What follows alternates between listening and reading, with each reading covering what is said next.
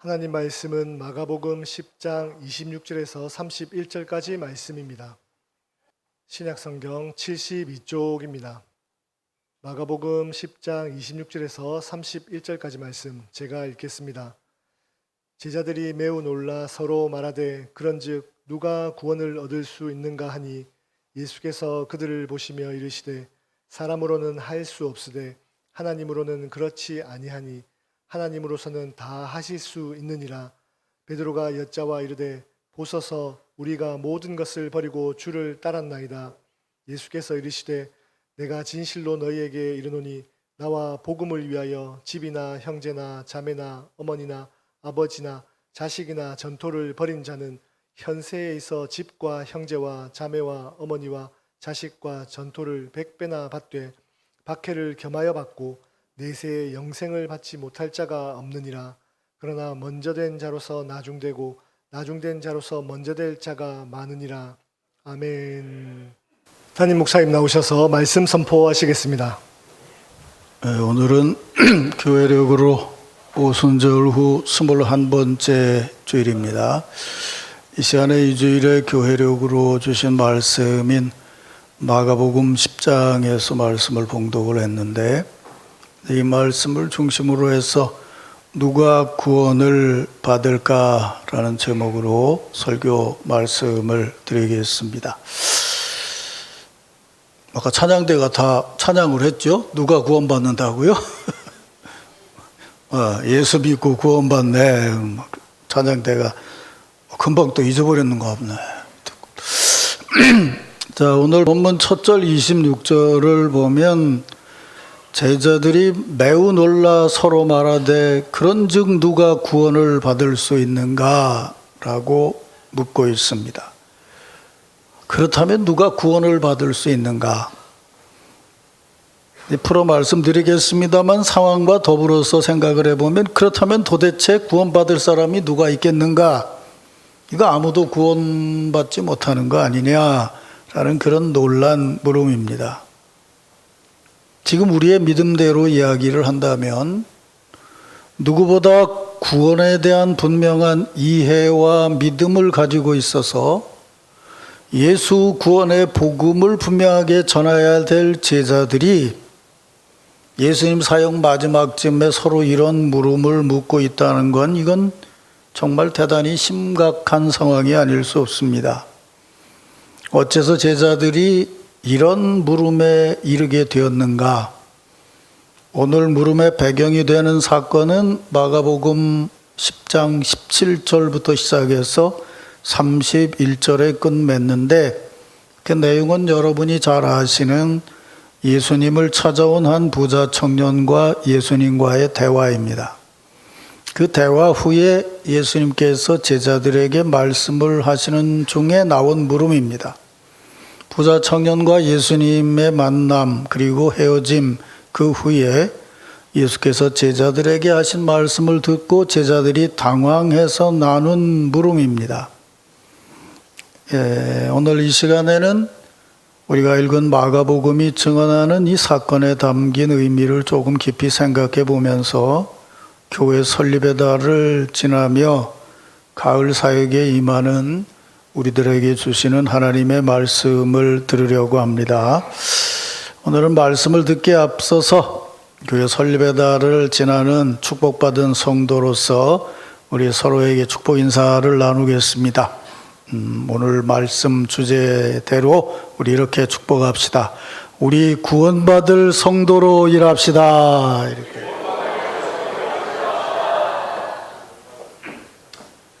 한 번 더 하겠습니다. 우리 아름답고 행복하게 일합시다. 자, 길을 가시는 아름답게 행복하게 일하는데 악을 품고 아름답고 행복하게 그러는. 길을 가시는 예수님께 한 청년이 다가왔습니다. 그 청년은 아주 정중하게 예수님께 묻습니다. 선한 선생님이여, 내가 무엇을 하여야 영생을 얻으리까? 그 청년은 무엇을 해야, 그러니까 어떻게 하면 영생을 얻을 수 있습니까? 라는 아주 중요한 문제를 안고 예수님께 왔습니다. 그 청년은 먼저 예수님께 존경의 뜻을 표했습니다. 그럼 먼저 예수님 발 앞에 무릎을 꿇었습니다. 그리고 예수님을 선한 선생님이라고 불렀습니다. 이건 당시 유대 전통으로 하면 제자가 존경하는 랍비 선생님께 표하는 존경의 모습으로 정중한 예의를 갖추어서 인사하고 질문을 한 것입니다. 이렇게 보면 그는 좋은 가정에서 바른 율법 교육을 받고 자란 예의 바른 청년인 것을 알 수 있습니다. 근데 예수님은 이 예의 바른 청년의 물음에 전혀 뜻밖의 대답을 하십니다. 아니, 대답이 아니라 물음을 제기하십니다. 18절에 보면 네가 어찌하여 나를 선하다고 일컫느냐? 한 분 하나님 외에는 선한 이가 없느니라.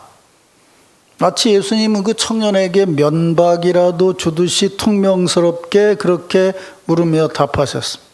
네가 어째서 나를 보고 선하다고 하냐? 선한 분은 한 분 하나님 뿐이시다. 그 예의 바른 청년에게 예수님께서는 왜 이 같은 말씀을 하셨을까? 살기 어려운 갈릴리 지역에서 주로 활동을 하시면서 어부들을 제자로 삼고 가난한 이들, 병든 이들, 고통당하는 이들을 주로 대하신 분이라서 그 깍듯이 예의를 갖춘 부자 청년의 태도가 은근히 비위가 상해서 그랬을까? 한 30년 전쯤에 이 나라의 그 민중신학이라는 것이 주를 이룰 때 그 흐름대로 보면서 그렇게 해석을 하는 분도 없지 않아 있었어요. 그러나 이 말씀을 묵상해 보면 예수님의 이 물음은 이렇게 면박을 주는 차원의 것이 아님을 발견할 수 있게 됩니다. 내가 나를 선한 선생님이라고 부르는데 오직 하나님 한 분만이 선한 분이시다. 이렇게 말씀하셨어요. 이 대답은 청년의 물음인 영생의 문제와 더불어 생각해 보면 아주 중요한 의미와 물음을 담고 있는 것이에요. 너는 나를 선한 선생님이라고 불렀다. 그런데 오직 선하신 분은 하나님 한 분이시다.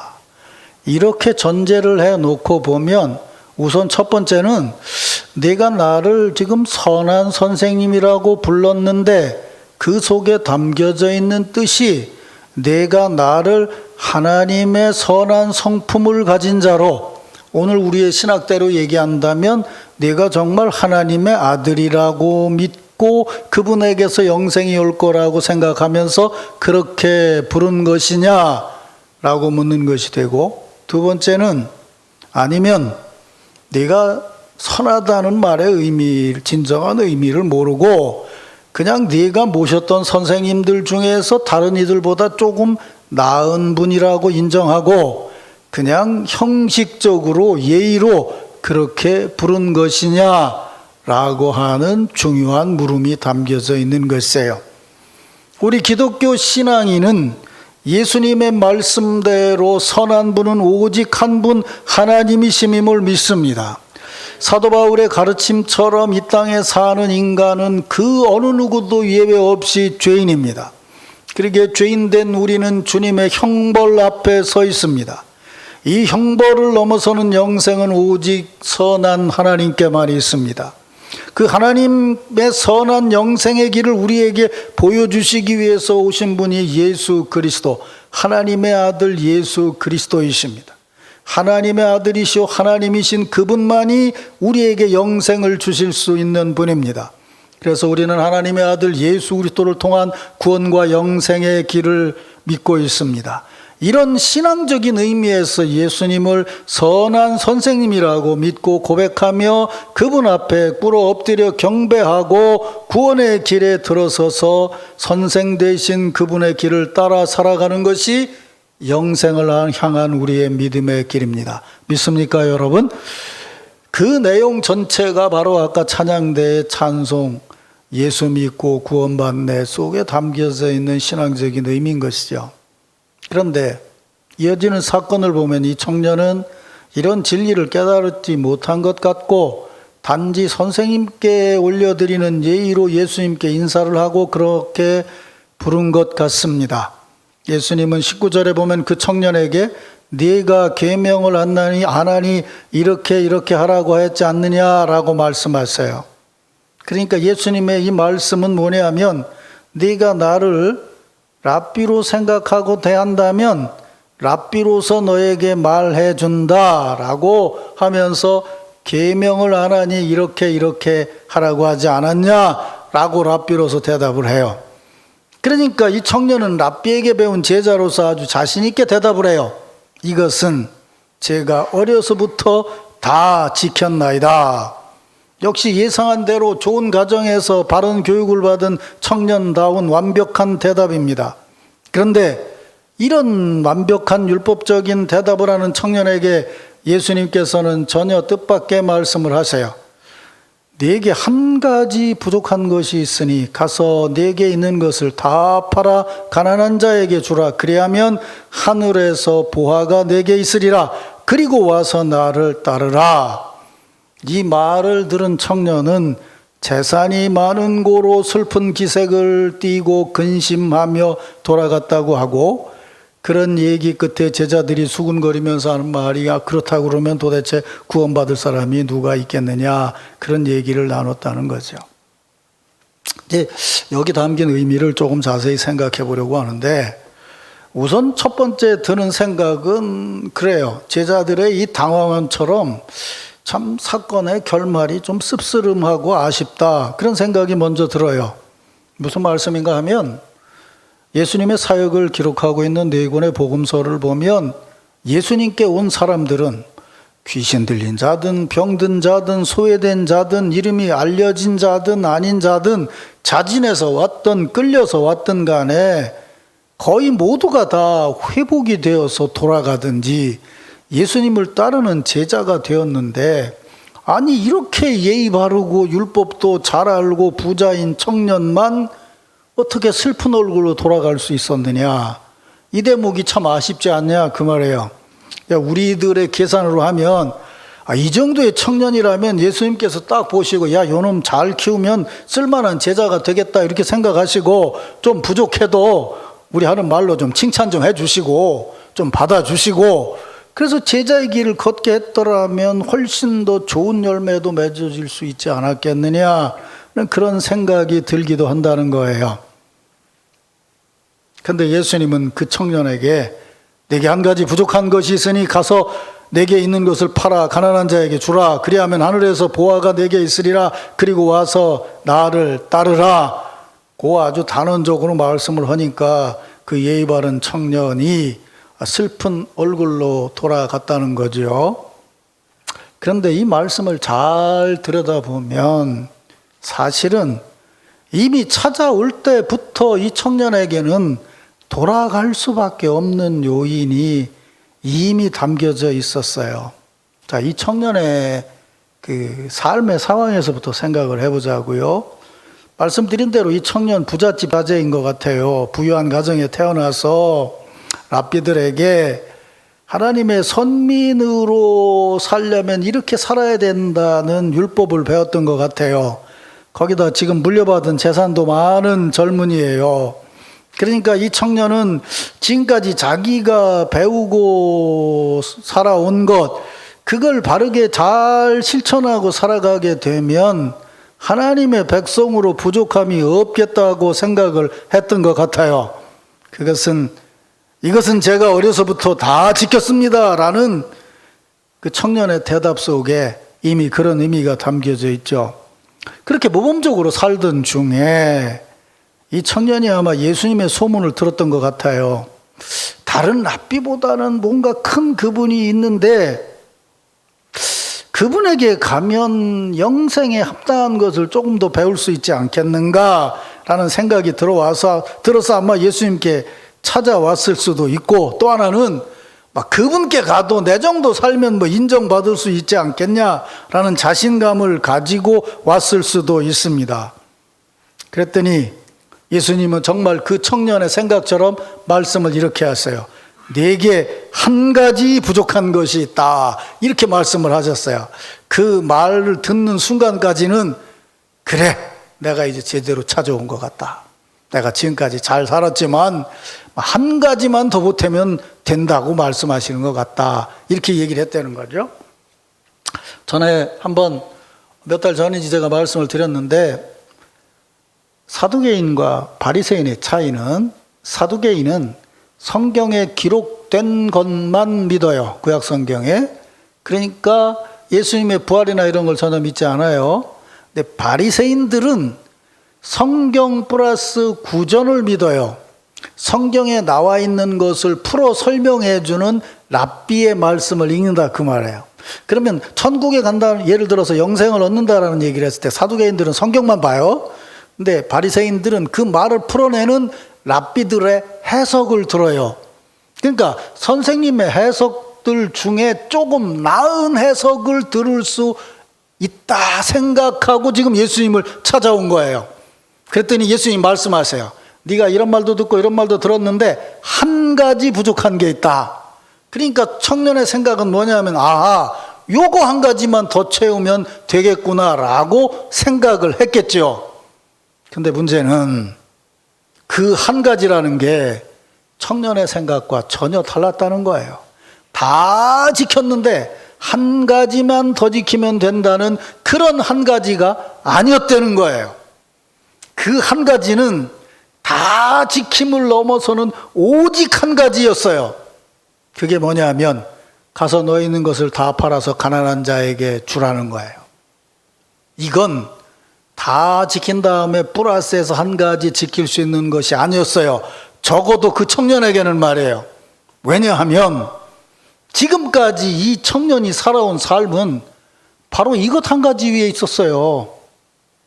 내가 가지고 있는 것 위에서 지위도 얻고 지식도 얻고 재산도 누리며 살았어요. 그것 위에 영생을 위한 삶을 원했던 거예요. 성경적으로 말한다면 그는 철저하게 구약 성경적인 신앙을 담고 있어요.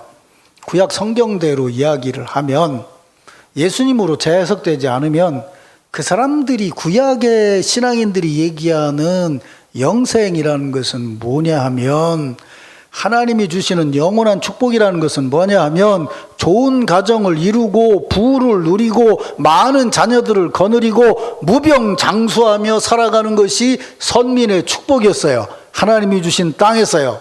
그러니까 이런 틀에서 보면 이 청년에게 영생은 뭐냐 하면 지금 가지고 있는 것 갖고 안 죽고 오래 사는 거예요.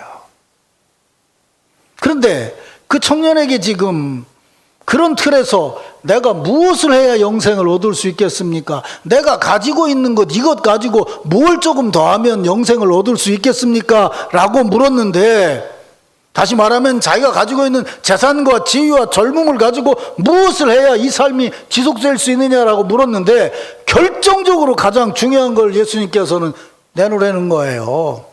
내 재산을 팔아서 바치라는 거예요.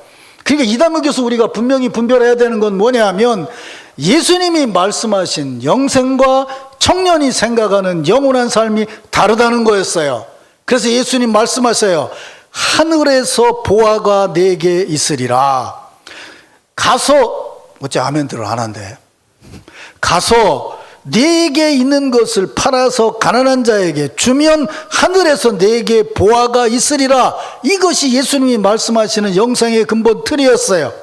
청년이 생각하는 건 이거였어요. 내가 가지고 있는 것을 가지고 잘 살아라. 그거 잘 사용하면 땅에서 보화가 점점 늘어나고 너는 점점 잘 살고 오래 살리라 라고 하는 것이 이 청년이 생각하는 영생이었어요. 자신이 가지고 있는 지위와 명예와 재산 위에서 오래도록 이어지는 영생이 그가 생각하는 영생이었는데, 그것의 근본 틀이 되는 재산을 다 내놓고 하늘의 보화를 쌓으라고 하니 청년의 생각으로는 그 영생의 길을 따라갈 수가 없었던 것이죠. 그래서 슬픈 얼굴을 하고 돌아갔다는 거예요. 제가 이렇게 말씀을 드리면 여러분이 아멘을 안 하는 걸 내가 이해가 돼요. 제자들처럼 그런 영생을 누가 받을 수 있습니까? 라는 이 물음을 오늘 현대로 말한다면 이렇게 말해야 되겠죠. 그런 영생이라면 누가 받으려고 할까요? 그런 현실적인 물음이 나와요. 그러나 예수님이 가르쳐 주시는 영생, 성경이 가르쳐 주는 영생은 바로 여기에 있다는 거예요. 이 영생을 바르게 분별하고 믿어야 우린 진정으로 예수를 믿는 사람이에요. 자, 생각해 봅시다. 이거 옛날부터 믿었던 우리 어렸을 때 신앙대로 하면 이 대목부터 이제 이해를 바꿔야 되는데, 자, 하늘의 보화를 쌓는 영생이다 그랬어요. 그랬더니 우리가 이렇게 이해를 해요. 여기서 우리가 헌금하고 뭐 하는 것은 여기다 드리지만 여기다 쌓는 게 아니고 하늘에다 보화를 쌓는 겁니다. 우리가 그렇게 말을 해요. 그죠? 근데 이 대목에서 여러분들이 분명히 알아야 되는 거는, 여기서 물질적인 거를 쌓았더니 그 물질적인 것이 하나님이 뿅 해가지고 그게 천국에 가서 물질로 쌓아지는 거냐고요. 하나님 나라가 과연 물질이 많은 것이 의미가 있느냐 그 말이에요. 그러니까 여기서 있는 보화를 여기서 쓰느냐 저기서 쓰느냐라고 하는 보화를 중심으로 한 사고방식을 가지고 있으면 이 말씀을 이해할 수가 없어요. 그래서 청년은 그냥 돌아가게 된 거예요. 하나님 나라에서 가장 귀한 것이 뭘까요?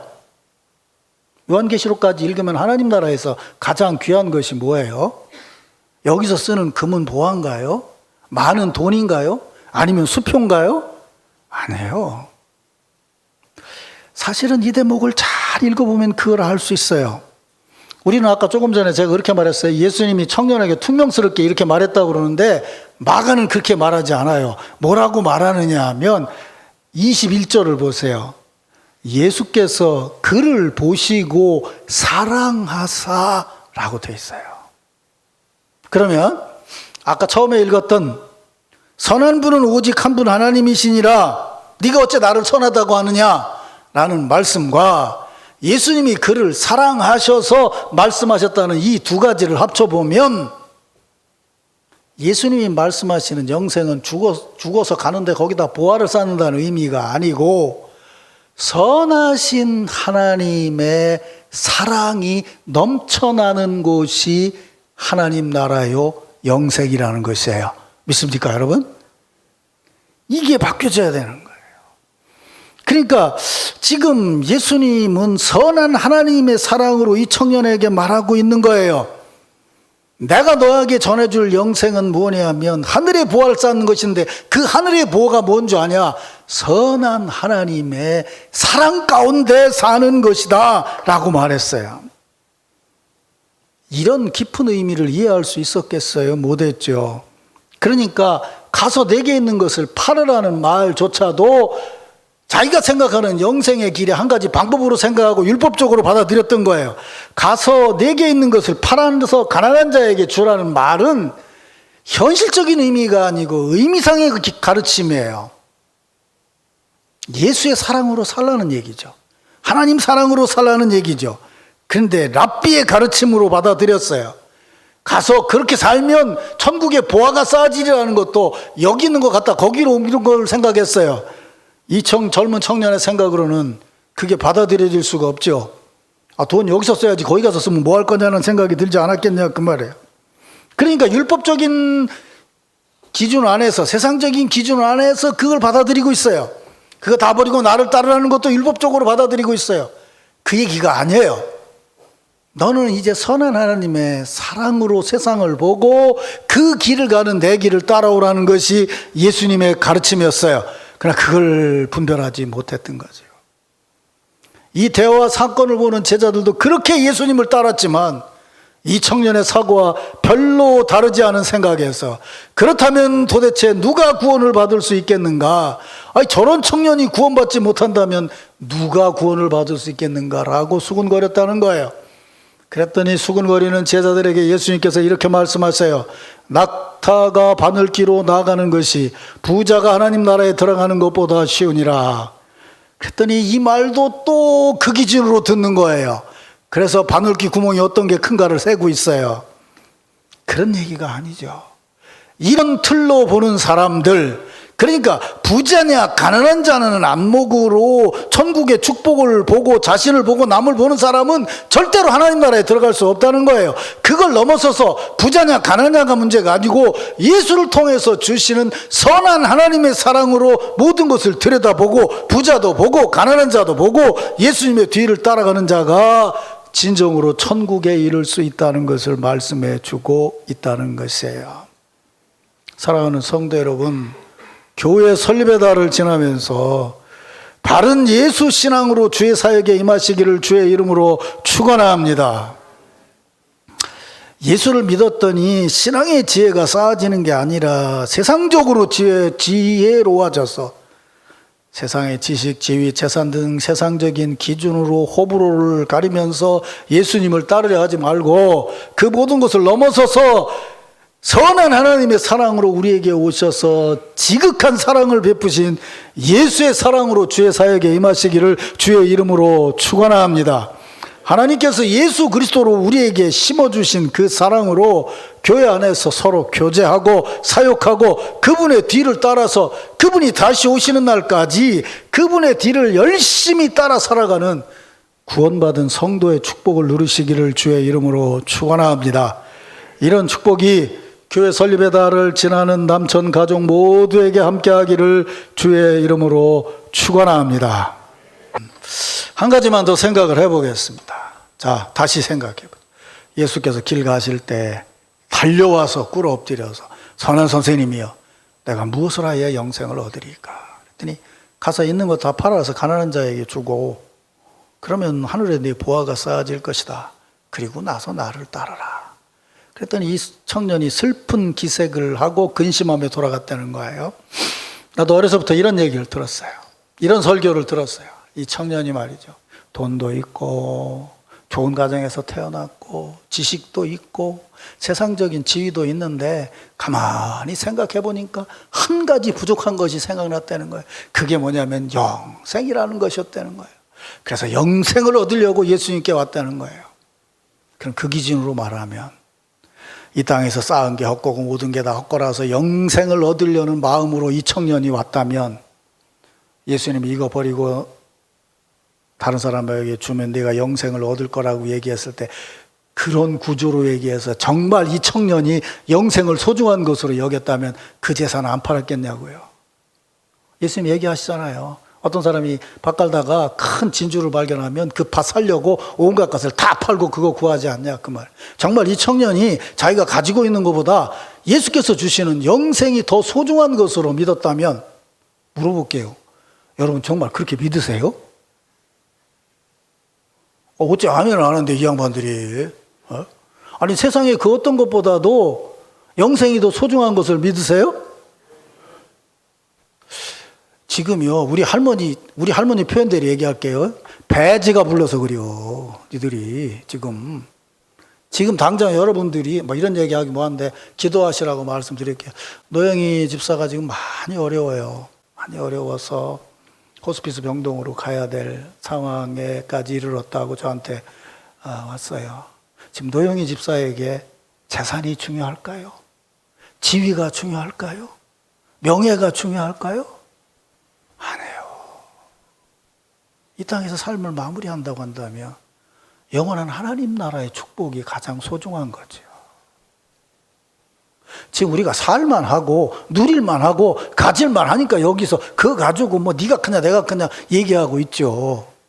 예수님 그거 넘어서라는 거예요. 신앙은 그거라는 거예요. 이 청년이 만약 그런 마음을 가지고 왔다면 절대로 슬픈 얼굴하고 돌아갔을 리가 없어요. 예, 주님 말씀대로 하겠습니다. 삭개오 그랬잖아요. 근데 슬픈 얼굴로 돌아갔다는 거예요. 왜 슬픈 얼굴하고 돌아갔을까요?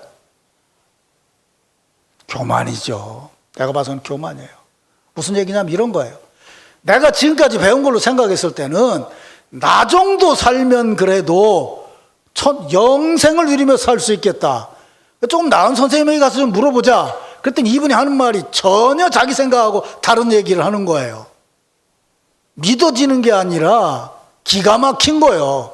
아니 저런 생각을 가지고 제자들을 키워서 저 양반이 어떻게 세상을 살아갈 수 있을까? 예수님 걱정하면서 슬픈 얼굴로 돌아간 거요. 저 양반 따라다니는 제자들의 앞날은 참 한심하다. 저걸 어떻게 따라서 살아가고 있겠느냐. 요즘 교회 안에도요, 이런 신앙 가진 사람 적지 않습니다. 진정한 진리를 얘기하면 자기가 좀 배운 거 가지고요, 얘기해요. 그렇게 설교해가지고 신자가 모이겠습니까? 그렇게 얘기해가지고 교회가 되겠습니까? 우리가 쌓아서 교회가 되는 게 아니라 하나님께서 역사하셔야 교회가 이루어지는 줄로 믿으시길 바랍니다.